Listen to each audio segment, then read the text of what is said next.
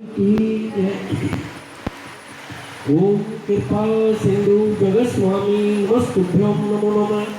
हे कृपा के सागर जगत के पिता, तेरे चरणों में मेरा बार बार नमस्कार हो। ऐसी प्रार्थना करके शीर्षक कर दिए पूछ। हे पिताजी एवं ग्रह समाज योगे को योगे किम फलम, ऐसे ग्रह होने पर कौन से नाम वाला योग होगा, इसी योग प्रभाव में योग के प्रभाव से कैसा फल होगा। आज आपकी वाणी सुनने के लिए कौन कौन सी आत्मा उत्सुक हो रही होंगी, जैसा भी उचित समझे कृपा करके उन्हें मार्गदर्शन करने की कृपा करें। श्री भृगुवास श्री भृगु जी बोले, एवं ग्रह समाजों के ऐसे ग्रह होने पर अशीषम योगे उठते शीर्षभाग नाम वाला योग होगा। तो योग के प्रभाव से कि सभी आत्मा को मेरे बहुत बहुत आशीर्वाद। अतः आज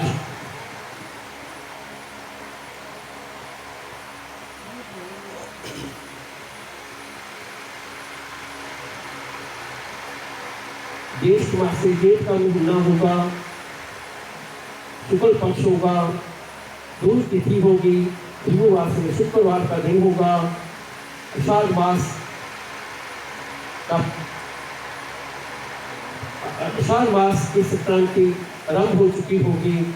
मेरे पुत्र मेरे भक्त मेरी वाणी सुनने के लिए उत्सुक हो रहे होंगे।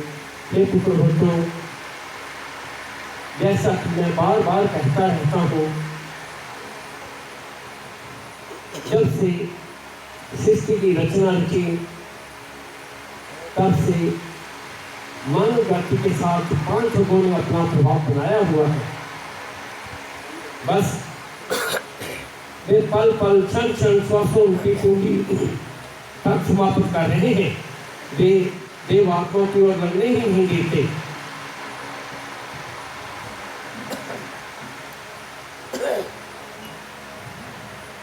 लगने नहीं देते और विशेषकर ईर्ष्या द्वेष की भावना बनी रहती है। एक पुत्र भक्तों, आज मेरे दरबार में जो भी आत्माएं बैठी हुई हैं, अपने मन के भाव को शुद्ध करें, अपनी ईर्ष्या द्वेष की भावना को समाप्त कर दें। तो पुत्र भक्तों, देखना फिर देव आत्माओं की कृपा, पूर्ण कृपा हो जाएगी। जब तक मन में ईर्ष्या द्वेष की भावना है, तब तक भक्ति मार्ग पर नहीं चल सकते। कंजू नहीं चाहता मेरे हाथ में मेरे होते हुए किसी और देवात्मा का गुणगान करे। इसीलिए तो कलयुग अपना प्रभाव बना देता है जब जब भी कोई शुभ कर्म करता है। पुत्र भक्तों, मैंने इस ग्रंथ की रचना परोपकार के लिए की। मेरा लक्ष्य केवल एक ही है, अपने पुत्र भक्तों को प्रेरित करके अपने दरबार में बुला लाकर अक्षर रूपी वाणी द्वारा मार्गदर्शन करता जाऊं और भक्ति मार्ग का साथ लग जाओ। तो पुत्र भक्तों, शनि शनि पापों का नाश होता है। जब पापों का नाश होता है, विघ्न बाधन स्वयं दूर होकर सुख सुविधाएं आनी शुरू हो जाती हैं। इसमें किंचित मात्र भी संशय नहीं करनी चाहिए। भान भी तो प्रधान है। जैसी जैसी भावना होती है, वैसा वैसा फल प्राप्त होता रहता है। विशेषकर संक्रांति के पक्ष में मैं अपने पुत्र भक्तों को किंचित मात्र मार्गदर्शन करूंगा। और पुत्र भक्तों, इसके साथ साथ मायापुरी नगरी में निर्जला एकादशी के दिन जो अपने पूर्वों के निमित्त होकर गंगा स्नान करके साधु संतों और पितरों को पितर समझकर उन्हें मिष्ठान, फल, दूध, पंखा, बर्तन वस्त्र के रूप में यथाशक्ति दक्षिणा के रूप में देंगे। तो पुत्र भक्तों के निर्जला एकादशी के दिन पूर्ण प्रसन्न हो जाएंगे। जब पूर्ण प्रसन्न होते हैं तो पुत्र भक्तों, घर के कला क्लेश दूर होकर सुख शांति होती है और वंशवृद्धि का योग बनते हैं। जिनके पूर्व रुष्ट होते हैं, उनके घरों में मंगल कार्य नहीं होते। उनके घरों में दृढ़ता आ जाती है, कला पेश होता है, मन अशांत रहता है। इसलिए पुत्र भक्तों, अपने पूर्वों को प्रसन्न करो। उसका लिए 1 वर्ष में निर्जला एकादश का ही दिन है। उस दिन दो आत्मा अपने पूर्व को निमित्त दान करेगी, उनके पूर्व अवश्य प्रसन्न होंगे। मायापुरी नगरी में मैं अपने पुत्र भक्तों को बहुत सी देवताओं के दर्शन भी करवाऊंगा। पुत्र के मान में प्रेरणा डालकर उस दिन के किए हुए शुभ कर्म बहुगुना फल देने वाले होंगे। आगे का फलादेश मेरा लघुवाचक मेरे फल का वाचन करेंगे।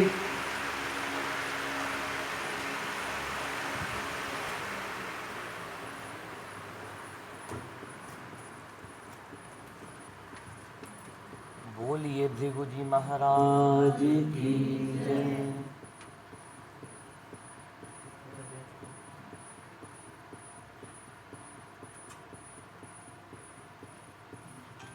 लघुवाचक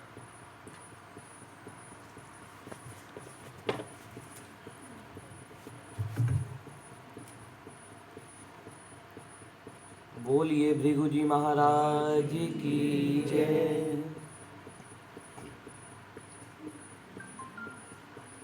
देखो शुक्र,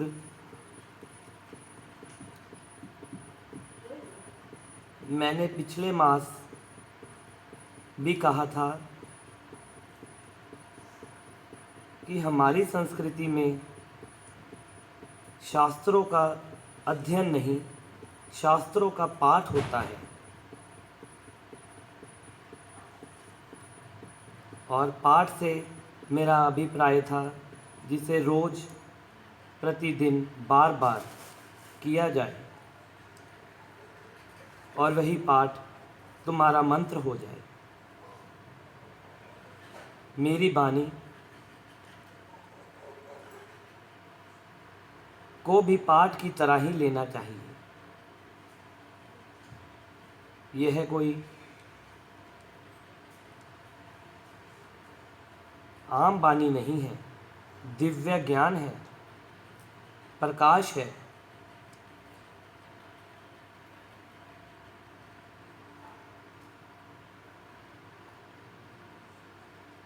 हे शुक्र, आज मेरी आत्मा बहुत प्रसन्न है, इसलिए जीवन के कुछ रहस्य का भी वर्णन करूंगा। क्या आई हुई जीव आत्माएं यह जानती हैं कि जब यह प्रकाश रूपी वाणी का पठन हो रहा होता है, ब्रह्मा विष्णु महेश भी श्रवण करने के लिए मेरे दरबार में पहुंचे होते हैं। यह प्रकाश रूपी वाणी को सुनने के लिए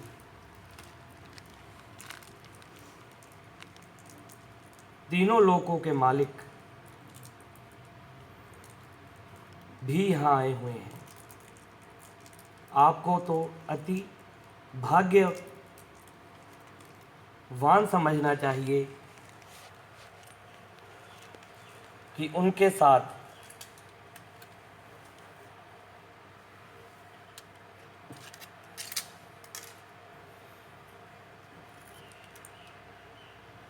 ज्ञान लेने का अवसर प्राप्त हुआ है। लेकिन मैं ये भी जानता हूँ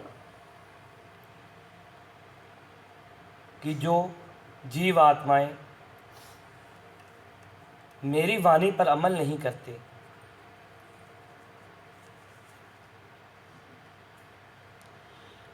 कर्णों द्वारा सुन तो लेते हैं लेकिन उसके पद चिन्हों पर नहीं चलते, तो ऐसा करने से कुछ उपलब्ध ना होगा,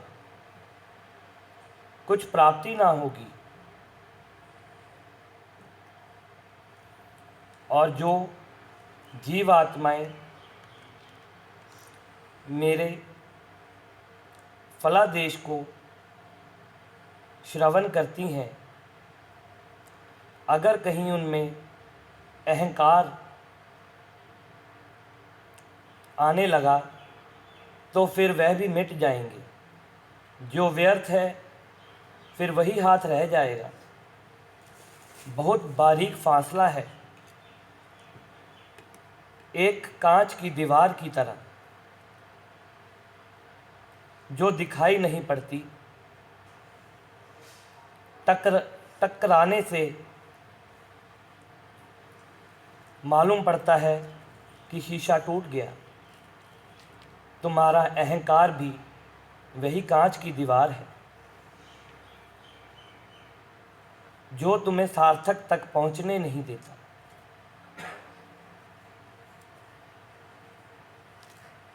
देखो शुक्र, यह जीवात्माएं भविष्य में जी रही हैं। भविष्य से मेरा अभिप्राय है कल से, और कल भी ऐसा जो कभी हाथ ना आएगा।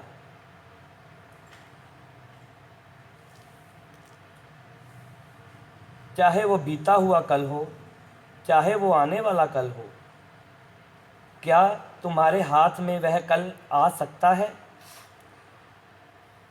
क्षण भर का पता नहीं, और आने वाले घड़ियां पल ही नहीं, वर्षों के बारे में सोच रखा है। जैसे कि किसी विक्रेता के पास जाएं तो उसकी दुकान में लिखा होता है आज नगद कल उधार। क्या वह उधार कल कभी खरीदार को मिलता है? नहीं। ऐसे ही तुम्हारा जीवन है। तुम वर्तमान को नष्ट कर रहे हो, और कल जो कभी तुम्हारे हाथ ना आएगा उसके लिए व्यर्थ चिंता मन में लिए हुए हो। और जो विक्रेता है वह वर्तमान में है। ग्राहक आता है और उसको कुछ मुद्राएं प्राप्त होती हैं जिससे वह अपनी उधर पूर्ति करता है, और भविष्य की चिंता लिए हुए ग्राहक जाता है, उसे कुछ प्राप्त नहीं होता। इसलिए जीने की कला तुम्हें सीखनी पड़ेगी। यह कला कोई सद्गुरु, महर्षि ही ज्ञान दे सकता है उपलब्ध होने का। यह जीने की कला बहुत विचित्र है।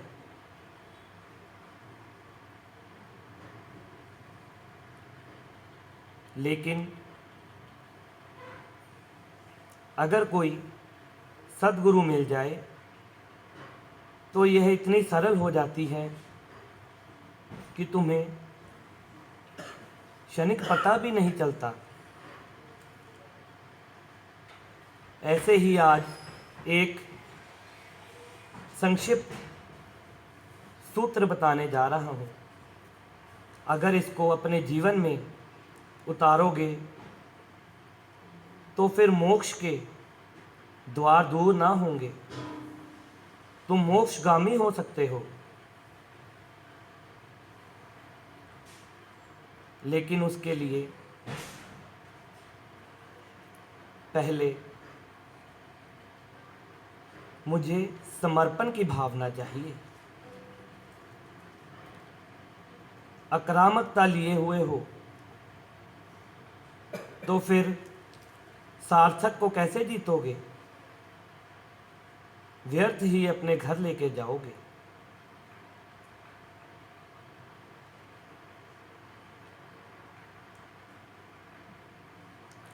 श्री शुक्रोवाच। श्री शुक्र जी बोले, हे पिताजी, वह उपलब्ध होने का कौन सा एक मात्र सूत्र है जिसका आपने वर्णन किया? हम भक्तों की बहुत इच्छा है श्रवण करने की, कृपा करके मार्गदर्शन कीजिए। देखो शुक्र, मैं हर बार कहता रहता हूँ कि समर्पण का भाव मुझे प्रिय है।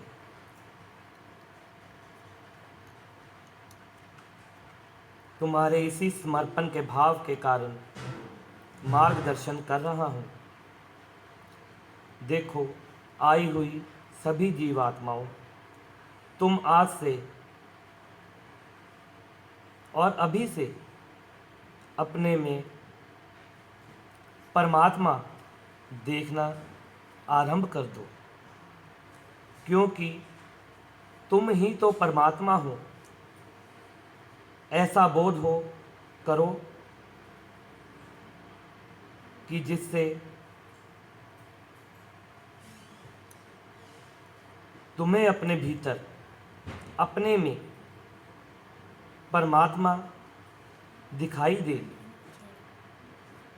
अर्थात यूँ कहें कि तुम ही वो परमात्मा हो। अपने को परमात्मा समझो। फिर तुम्हारे भीतर में से मोह, अहंकार, काम, क्रोध, द्वेष, ईर्ष्या, जलन सब दूर हो जाएगा। बुराई अपने आप मिटती जाएगी, क्योंकि परमात्मा तो कभी किसी का बुरा नहीं करता। अगर बुरा करना भी चाहो तो तुम्हारी आत्मा तुम्हें झंझोड़ देगी।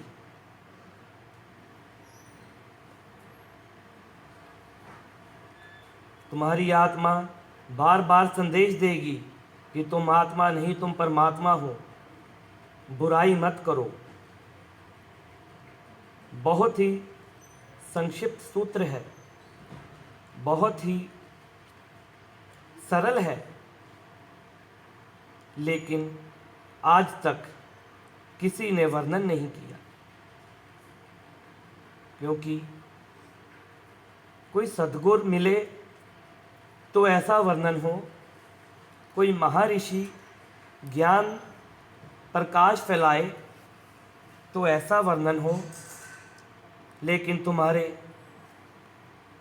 कथावाचक, तुम्हारे पंडित पुरोहित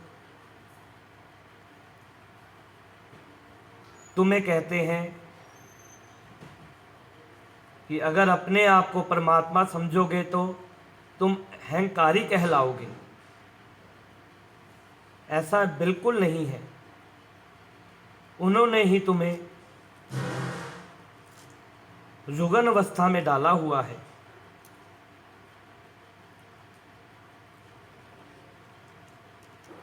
क्योंकि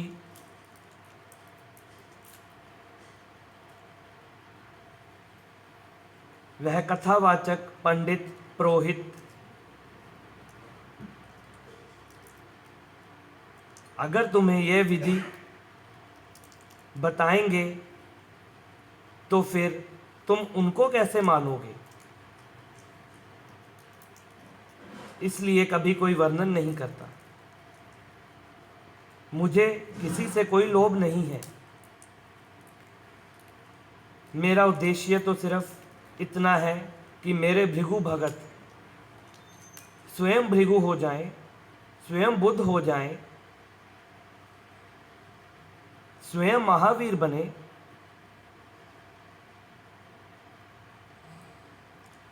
गुरु को सबसे ज़्यादा प्रसन्नता तब होती है जब उसका शिष्य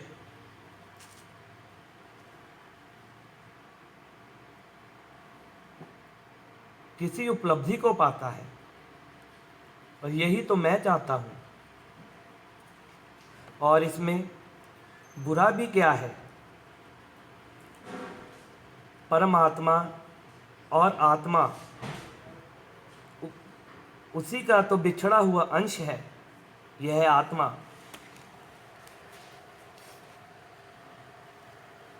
तुम फिर नर से नारायण हो जाओगे। जैसे कि मैं पूछूं, आपने कभी समुद्र देखा है? अवश्य देखा होगा। आपने समुद्र में ज्वार भाटा आते हुए लहरों को देखा है? क्यों नहीं देखा होगा? लेकिन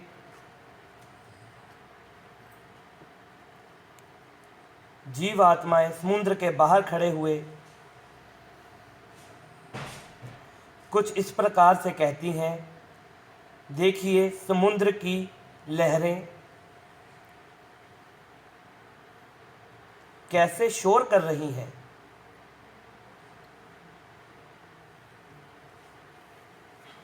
वह लहरें भी तो समुद्र ही हैं, वह लहरें उससे अलग नहीं हैं। ऐसे ही यह परमात्मा और आत्मा भी अलग नहीं है। जब आत्मा को परम सीमा तक पहुँचाओगे तो यह आत्मा ही परमात्मा हो जाएगी।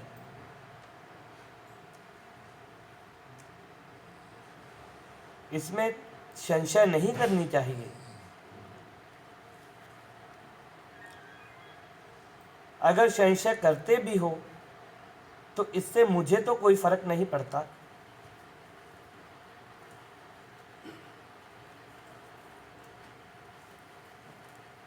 मेरा कर्म मार्गदर्शन करने का है, ज्ञान रूपी वर्षा करने का है।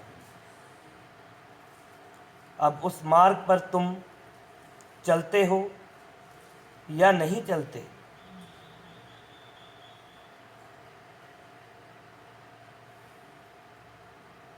इसमें मैं तो कुछ नहीं कर सकता।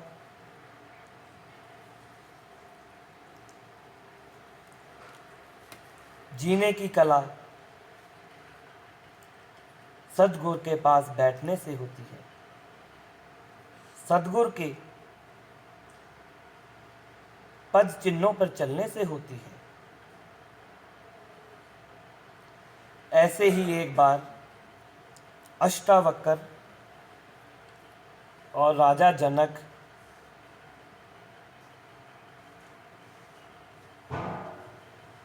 अष्टावक्र के ही आश्रम में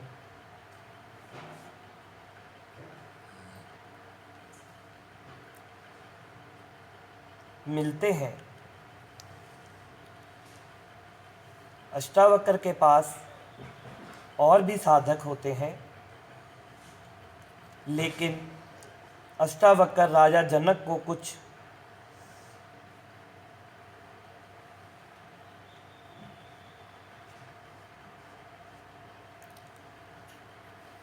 खास सम्मान देते हैं,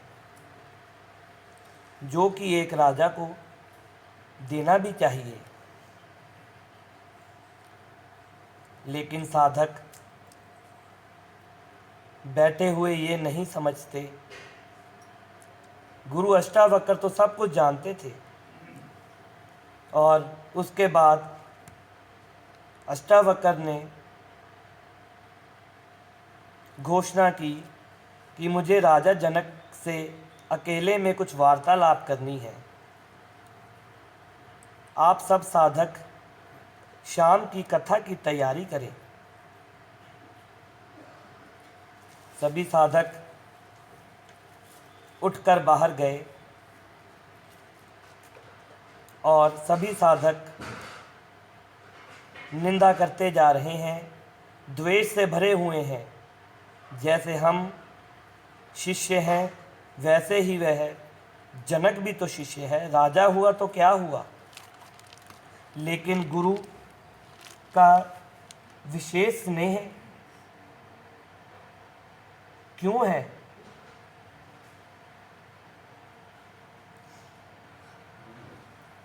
शाम की कथा की तैयारी हुई और इस बार भी अष्टावक्र ने राजा जनक को सबसे आगे की पंक्ति में बिठाया और कथा शुरू हुई।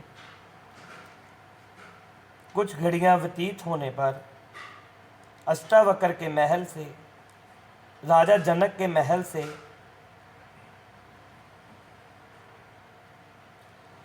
दूत संदेशा लेकर आया,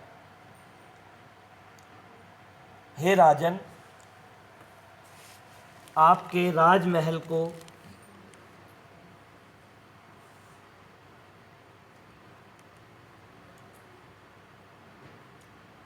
अग्नि ने क्षतिग्रस्त कर दिया है। शोर मचाता हुआ वह दूत कथा के मध्य आकर कहने लगा। राजा जनक ने उसको आंखें दिखाते हुए कथा से बाहर जाने को कहा और बड़ी ही शांति से कथा को श्रवण कर रहा था, जैसे कि कुछ हुआ ना हो। राजमहल को आग लगना कोई छोटी बात तो नहीं।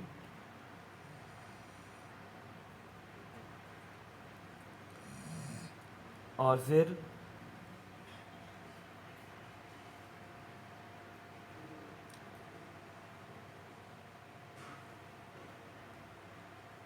कुछ घड़ियां व्यतीत होने पर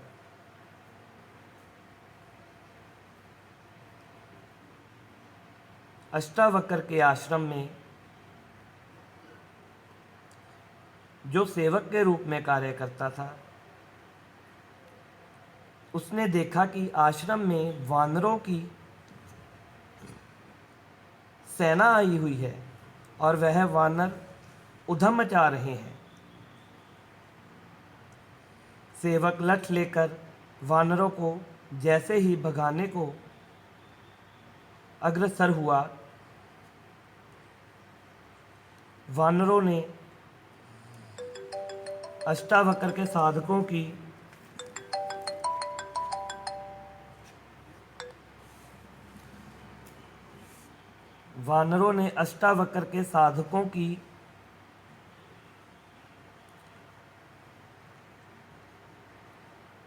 वस्त्र जो लंगोटी के रूप में थे वह भी क्षति कर दी। और फिर उस सेवक ने कथा में जाकर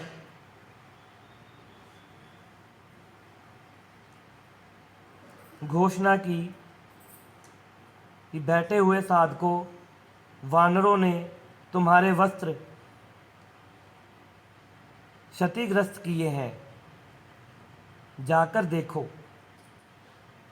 सभी साधक तत्पश्चात खड़े हुए। ज़रा ना सोचा कि गुरु का अपमान होगा। कथा के मध्य उठकर जाना उचित ना होगा।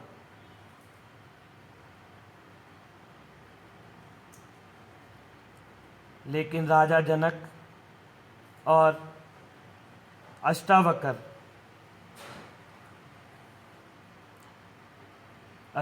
कथा कह रहे थे, राजा जनक श्रवण कर रहे थे। समाप्त होने पर अष्टावक्र ने साधकों को अपने पास बुलाया और कहा कि यह सारी घटना मेरे द्वारा ही निर्मित की गई थी। अब तो तुम्हें इस बात का आभास हो गया होगा कि राजा जनक मुझे क्यों प्रिय है। इतने बड़े राजमहल को अग्नि का संदेशा देखते हुए भी कथा से नहीं उठा और तुम जरा सी वस्त्र की क्षति को लेकर सभी साधक भाग गए।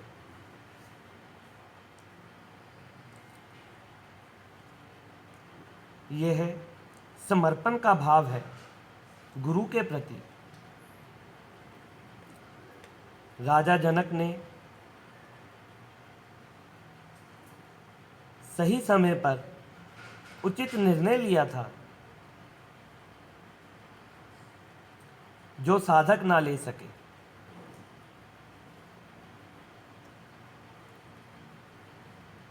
और मैं ये भी देख रहा हूँ जो भगत मेरे दरबार में मेरे शिष्य कहलाते हैं, मेरा ज्ञान लेने के लिए आते हैं, लेकिन मन में द्वेष है, ईर्ष्या है, उन साधकों की तरह निंदा है, क्या वह आज अपने भीतर से पूछें, क्या वह कभी उपलब्ध होंगे?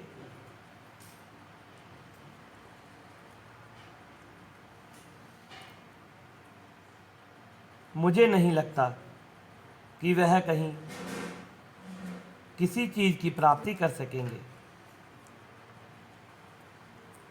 संत का निंदक तो गाय हत्या के बराबर है, लेकिन फिर भी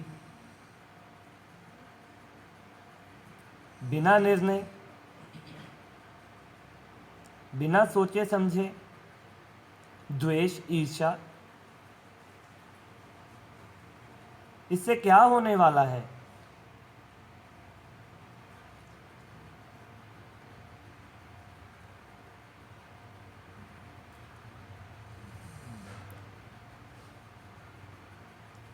अगर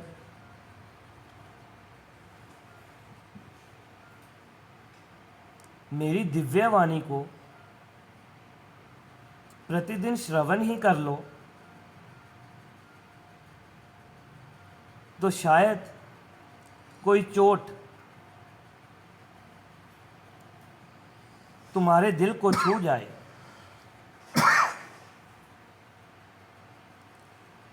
क्योंकि दिल की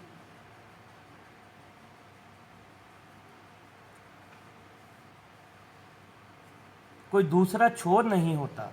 जितने गहरे उतरते जाओगे उतने ही अपने आप को ज़्यादा गहरे महसूस करते जाओगे। लेकिन प्रयास तो अब तुम्हारा है।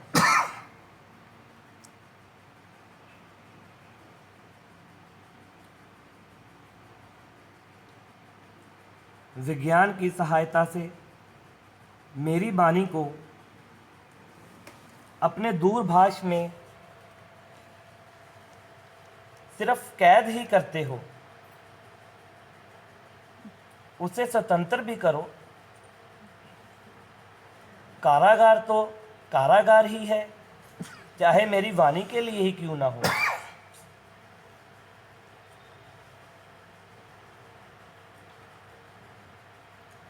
श्रवण करने से उपलब्ध हो सकोगे।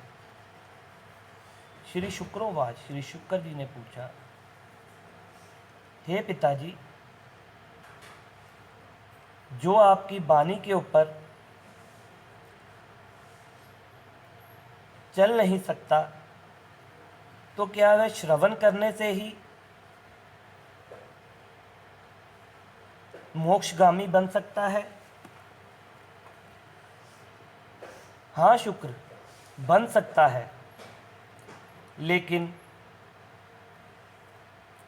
इन जीवात्माओं की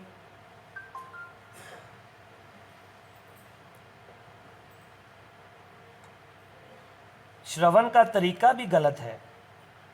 यह सिर्फ वह श्रवण करते हैं जो इन्हें अच्छा लगता है। यह सिर्फ वो सुनते हैं जो इनसे मेल खाता है, अन्यथा बाकी सब व्यर्थ में जाता है।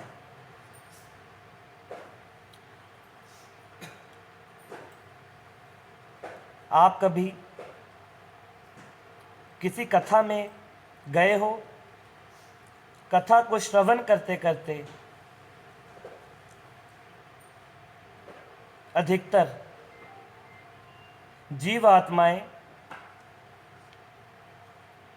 सुषुप्ति में होती हैं, सोई पड़ी होती हैं। उनको नहीं मालूम संत क्या कह रहे हैं, क्या कहना चाह रहे हैं।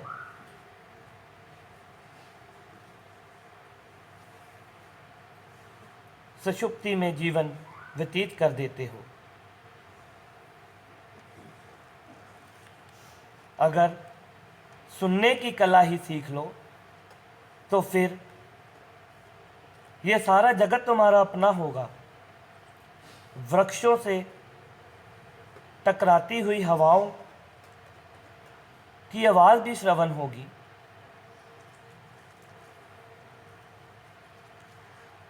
अपने हृदय की गति भी श्रवण होगी।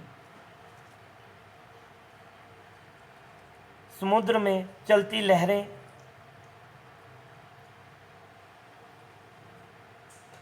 का शोर भी सुनना होगा।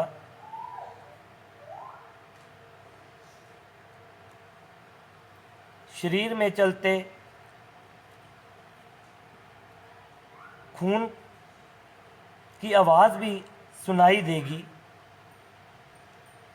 लेकिन वह अर्ध जागरण से नहीं, पूर्ण जागरण स्थिति होगी, फिर ही सुन सकोगे, नहीं तो सुना ना जाएगा।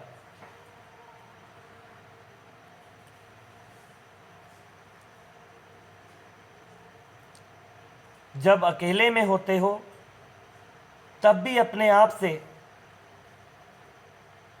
बातें करते रहते हो। मन में द्वेष, ईर्ष्या चलती रहती है। कभी शून्य होकर बैठे हो, कभी ब्रह्म की स्थिति में आए हो। नहीं, क्योंकि किसी ने मार्गदर्शन ही नहीं किया। अगर कर भी दिया तो तुम्हारा अभ्यास नहीं है।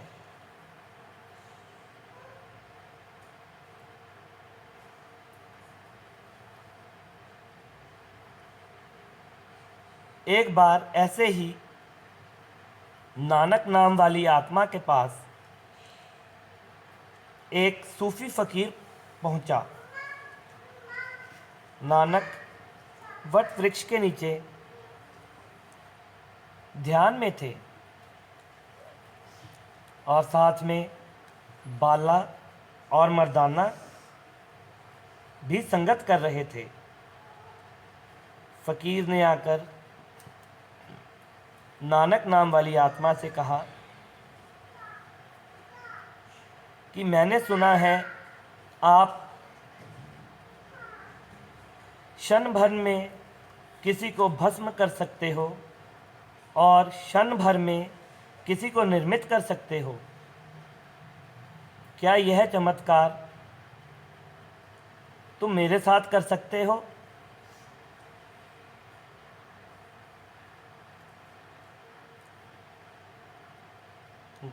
नानक नाम वाली आत्मा ने उस फकीर को बैठने के लिए कहा और आंखें बंद कर कर ध्यान में जाने के लिए कहा। नानक नाम वाली आत्मा यह जानती थी कि जो भस्म होने की बात करता है यह कोई साधक ही होगा, कोई पहुंची हुई आत्मा होगी। भस्म होने का मतलब मृत्यु है। जो मृत्यु से भी भय नहीं करता। गुरु नानक ने जैसे ही उनकी आंखें बंद करवाई और फिर नीचे उतरकर उस सूफी फकीर के कान में एकमकार की ध्वनि छोड़ी तो वह फकीर भस्म हो गया। कुछ क्षण बाद फिर नानक नाम वाली आत्मा ने एकमकार की ध्वनि को दोबारा घोषणा की तो वह सूफी फकीर निर्मित हो उठा। लेकिन यह भी तुम्हारी सोच से परे की बात होगी, तुम इसमें भी चूक जाओगे। भस्म और निर्मित से अभिप्राय यह मत निकालना कि एकमकार से सूफी फकीर की मृत्यु होगी और फिर वह जीवित हो गया। श्रवण की कला बताने जा रहा हूँ। फकीर ने ध्यान में मगन होकर एकमकार को जब श्रवण किया तो उसके भीतर काम, क्रोध, लोभ, मोह, अहंकार सब भस्म हो गया। और कुछ क्षण बाद जब दोबारा घोषणा हुई तो उसके भीतर प्रेम का प्रकाश, कोई कह कोना भीतर का ऐसा ना था जो प्रकाश में ना था। वह फकीर नाचने लगा जैसे वर्षा ऋतु में मयूर नाचता है, जैसे वर्षा की बूंद पीने को पपीहा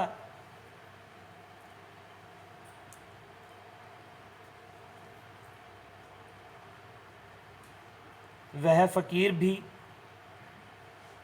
तुरय अवस्था को प्राप्त हो गया। श्री शुक्रोवाच। श्री शुक्र जी ने पूछा, हे पिताजी, यह तुरय अवस्था कौन सी अवस्था है? इसके बारे में भी कृपा करके मार्गदर्शन करें। श्री भृगुवाच। श्री भृगु जी बोले,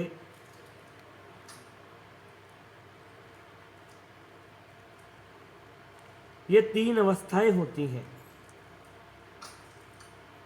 पहली अवस्था जागरण की अवस्था है, दूसरी स्वप्न की और तीसरी सुषुप्ति की। चौथी अवस्था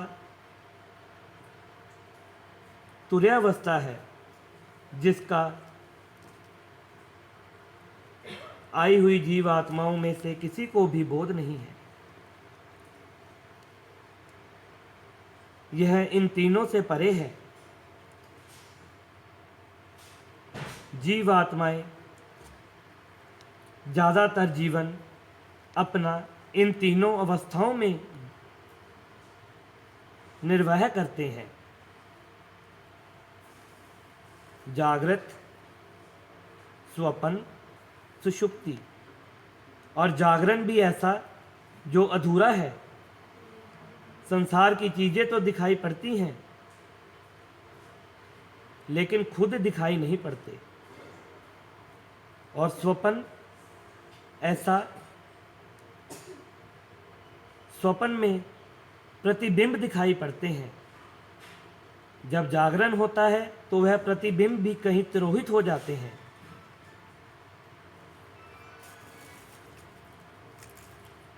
और तीसरी सुषुप्ति, अर्थात बेहोशी का जीवन।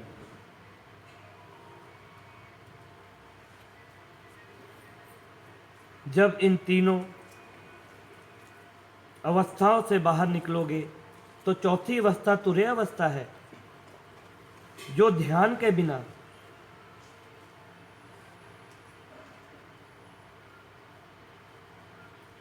वहां पहुंचना संभव ना होगा।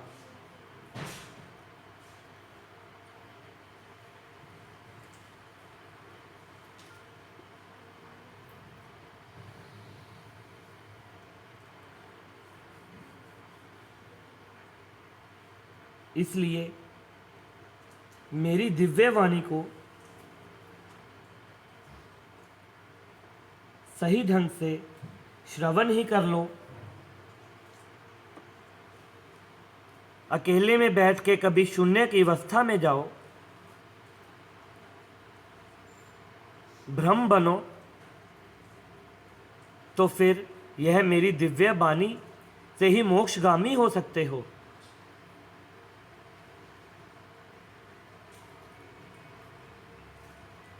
फिर यमदूत नहीं, देवदूत लेने आएंगे और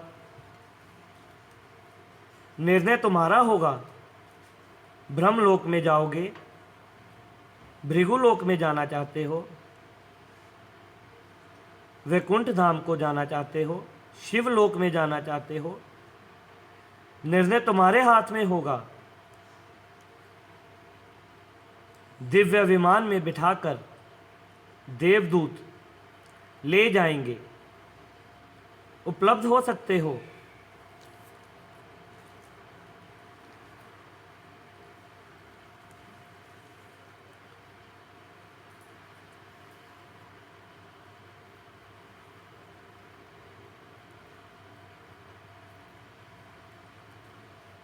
देखो शुक्र, अभी तो ये आरंभ है।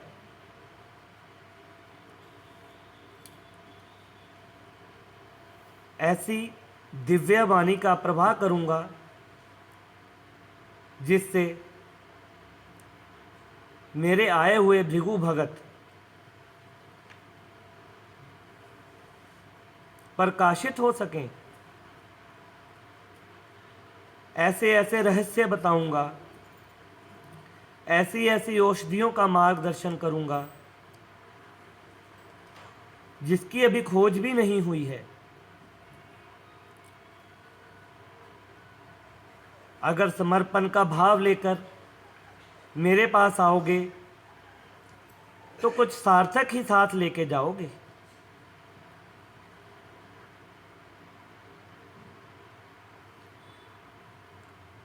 प्रदीप पुत्र, जो तुम्हारे मन में मायापुरी नगरी में पिंडदान को लेकर प्रश्न है, उसकी मैं तुम्हें आज्ञा देता हूं। तुम पिंडदान कर सकते हो, बाधित नहीं करता।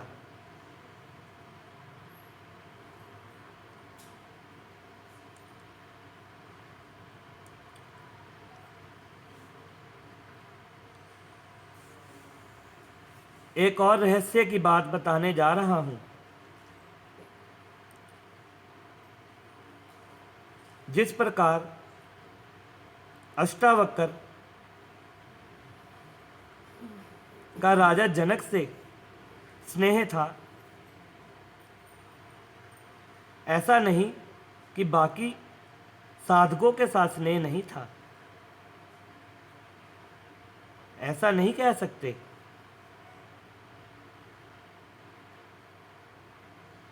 उसी प्रकार महेंद्र नाम वाली आत्मा भी मुझे प्रिय है।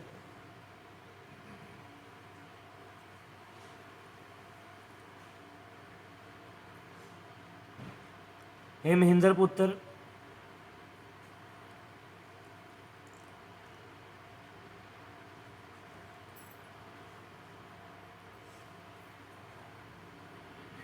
ऐसा समय भी आएगा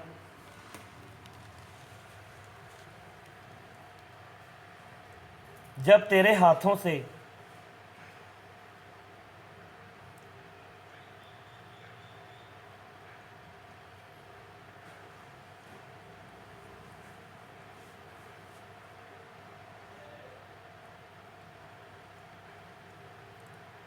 निष्कलंक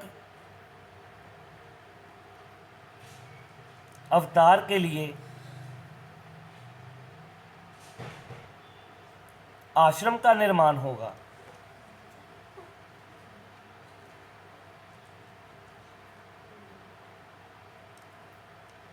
जहां पर मेरा भी निवास होगा।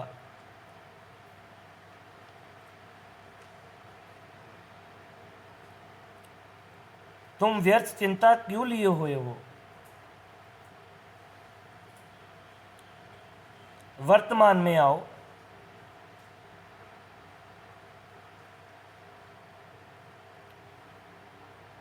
करने कराने वाली तो हम देव आत्माएं हैं।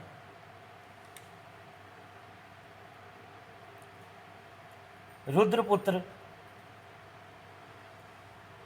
इस बात का प्रमाण है। निष्कलंक अवतार से पहले ही क्या मैंने इनको दर्शन नहीं कराए थे?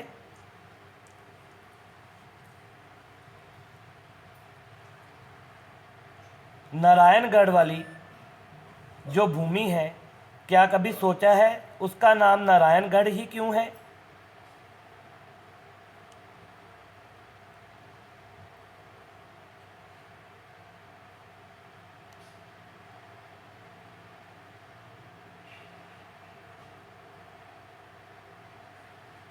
अभी तो बहुत वर्ष पड़े हैं निष्कलंक अवतार के लिए।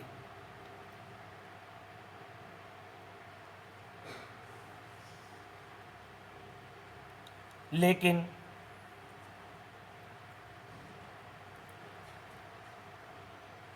अगर वहाँ पर निर्माण होगा तो क्या मैं निष्कलंक अवतार को वहाँ नहीं भेजूँगा? जब किसी के पास चित्र नहीं था तब मैंने अपने शिष्य नारायण को वही रूप धारण करने के लिए कहा था और वह चित्र सैनगरी में प्रदान किया था। मेरे लिए कोई असंभव नहीं, सब संभव है। लेकिन समय और स्थिति को देखते हुए परिवर्तन प्रकृति का नियम है। प्रकृति अपना नायक खुद चुन लेती है। हो सकता है वो नायक तुम हो, और जब निष्कलंक अवतार धरती पे होगा तो तुम भृगुलोक से फिर पुनः भूलोक पर भेज दिए जाओगे स्वागत करने के लिए। लेकिन पहले स्वागत की तैयारी तो करनी होगी।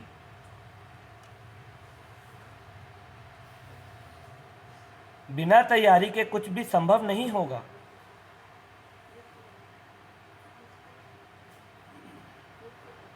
वर्तमान में जीना सीखें।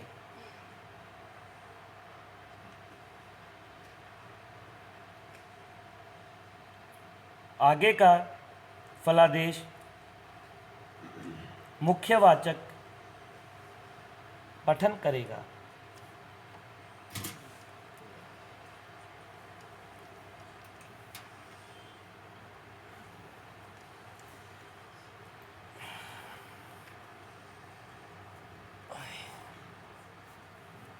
देखो शुक्र,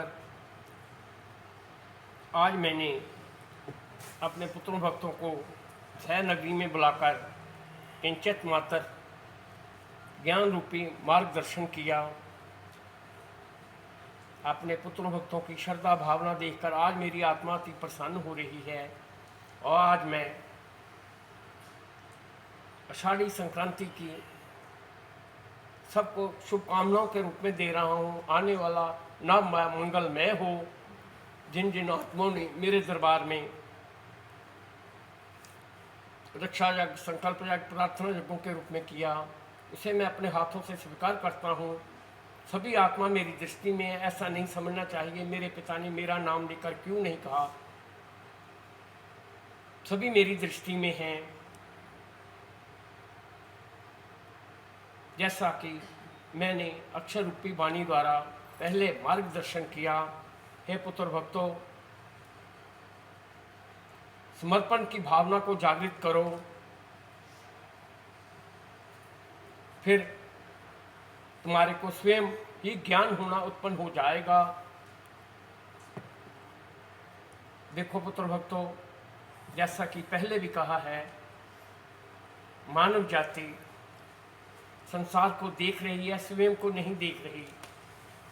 कितने ऐब हैं, कितने पाप कर्म हैं, कैसे इनका नाश होगा। जब जब पुत्र ईर्ष्या द्वेष की भावना में जलोगे तो फिर जलते ही रहोगे। जब ईर्ष्या द्वेष की भावना छोड़कर निंदा की भावना त्याग कर दोगे और भक्ति मार्ग पर चलोगे, औरों का कल्याण करोगे, फिर पुत्र पता चलेगा इस धरती लोक पर आने का लक्ष्य क्या है। देखा जाए मानव जाति जब जब भी मानव चोले के रूप में आती है, वे अपने दुखों को अंत करने के लिए आती है। जो पूर्व जन्म में पाप कर्म हुए, मानव उसे भक्ति करके शुभ कर्म करके उन पापों का नाश कर सकता है। जैसे लोहा लोहे को काटता है, ऐसे ही पुत्र भक्तों कर्म भी कर्म को, शुभ कर्म पाप कर्मों का नाश कर देते हैं। जब पापों का नाश होता है, विघ्न बाधाएं स्वयं ही दूर होकर सुख सुविधाएं आनी शुरू हो जाती हैं। इसमें किंचित मात्र भी संशय नहीं करनी चाहिए। बैठी हुई सभी आत्मा मेरी दृष्टि में है। अपनी वाणी को विराम दे रहा हूँ। सभी को मेरे बहुत बहुत आशीर्वाद। इति शुभ। बोलिए भृगु जी महाराज की जय, गुरुदेव भगवान की जय।